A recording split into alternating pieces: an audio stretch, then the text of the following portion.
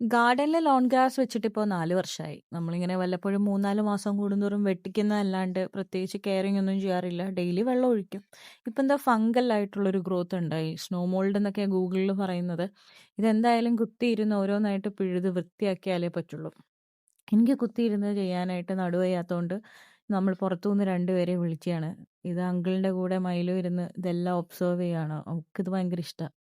ഇതിന്റെ ഇടയിലെല്ലാം കള ഒത്തിരി കിളിച്ചിട്ടുണ്ട്. ഇപ്പം കളയുടെ ഇതാണെങ്കിൽ ഏതെങ്കിലും ഒരെണ്ണം നല്ല രീതിയിൽ നമ്മള് വളർത്തി നമ്മള് പിഴുത് കളയാണ്ട് നിർത്തിയാല് അതിന്റെ വിത്ത് കാറ്റത്ത് പൊട്ടി കിളിച്ചിട്ട് എല്ലായിടത്തും പരക്കും. ഇപ്പൊ നമ്മൾ ഒരു കള പോലും അങ്ങനെ നിർത്തിയേക്കരുത് മടി പിടിച്ചിട്ട്. ഇതിപ്പം കുറച്ച് ഗ്യാപ്പ് വന്നതുകൊണ്ടാണ്. ഓരോന്നായിട്ട് നമ്മൾ ഇപ്പൊ ഈ ചെയ്യുന്നത് പോലെ ചീകി ചീകി നമ്മൾ കളയണം. പക്ഷെ കാണാൻ ഒരു ഇച്ചിരി വൃത്തികേടായിരിക്കും ആദ്യത്തെ കുറച്ച് ദിവസം. പിന്നീട് ഈ മഴക്കാലമല്ലേ അപ്പം നല്ല രീതിയിൽ അത് പൊട്ടിക്കിളിച്ചോളും. മയിലും അവരുമായിട്ട് ഭയങ്കര ഫ്രണ്ട്സാണ്. ഈ അപ്പോ കാണുന്ന അപ്പൻ എന്ന് പറയുന്ന പോലെ. ഡോളോമൈറ്റ് ആണ് ഞങ്ങൾ ഇതിന് ഇട്ട് കൊടുക്കുന്നത്. ഇതെല്ലാം നല്ല രീതിയിൽ ചീകി ക്ലീൻ ചെയ്ത ശേഷം ഡോളോമൈറ്റ് ഇട്ട് കൊടുക്കും. എൻ്റെ കുറച്ച് കലേഡിയംസ് ഒക്കെ വളർത്തിയതിൻ്റെ ഇടയിലോട്ടൊക്കെ പുല്ല് കയറി കിളിച്ചിട്ടുണ്ടായിരുന്നു.